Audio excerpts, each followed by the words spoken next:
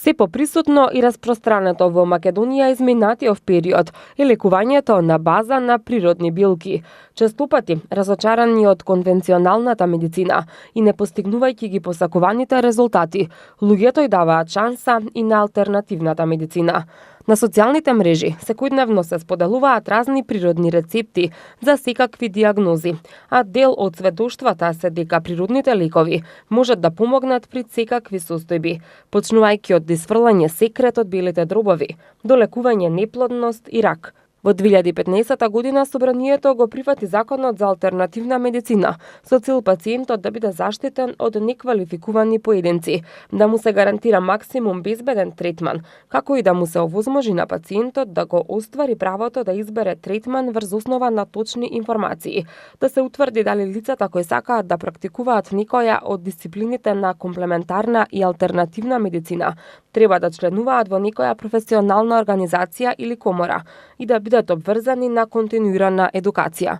Потврда за успешното лекување со билки и чаеви се и двајцата браќа од Прилеп, Дејан и Христијан Ачковски, кои во потрага по квалитетни билки се искачуваат и на највисоките врвови, а одат и надвор од земјава.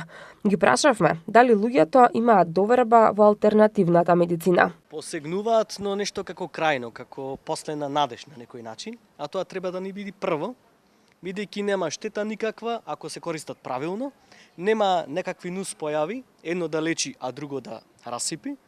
И пред се треба едноставно да се навикни телото на она што го имаме, едноставно излегуваме во дворот и ја гледаме билката. Ни расти пред куќата, а ние купуваме нешто далечно, нешто несвојствено, нешто што не го користеле ни нашите предци. А помага тоа што е околу нас. Ние можеме да замислуваме билки од Индија, од Африка или од кизнекаде, но секогаш лечат тие билки што се околу нас. Луѓето гледаат со недоверба, да, но кога ќе пробаат еднаш и кога ќе видат кој е ефектот од сето тоа, мислам дека потоа не се обраќаат на друго место, туку имаат комплетна доверба. Многу е тешко да ја стекнеш довербата на почеток. Многу пати вербата и довербата, значи не треба некој доктор или некој авторитет да ни препорача некоја билка, па да го прочитаме на некаков сајт дека толку и толку се излекувале од него, да речеме дека да, тоа е тоа.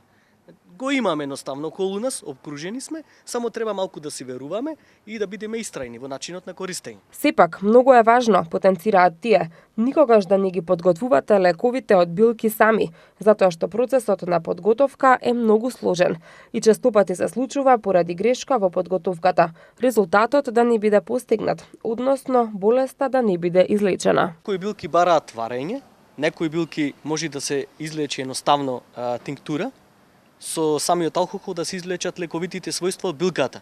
Секоја билка си има одреден степен на затоплување во кој што може да се излечат корисните лековити материи својства од незе. Најчесто е сложен системот на подготовка и најдобро е кога човек иди кога ќе ти раскаже целата ситуација, па ти правиш една целосна слика, оформуваш со што конкретно треба да се настапи кај тој човек.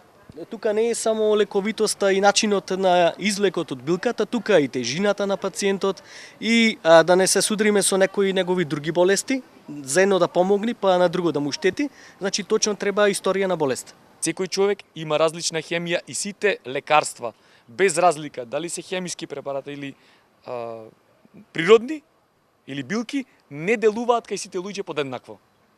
Лекувањето со билки и чаеви трае подолго.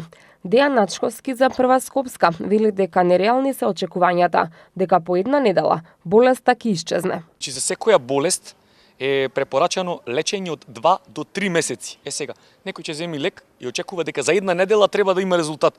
Дали таа болест, секогаш прашуваме, дали таа болест е добиена во 7 дена, за да очекувате резултат во 7 дена? Кога е во прашање алтернативната медицина, докторите сметаат дека треба да се користи, особено доколку науката има сознанија дека таа е добра за одредени заболувања, но никако не смее да биде единствен начин на лекување, особено во случаи кога заболувањето е посериозно.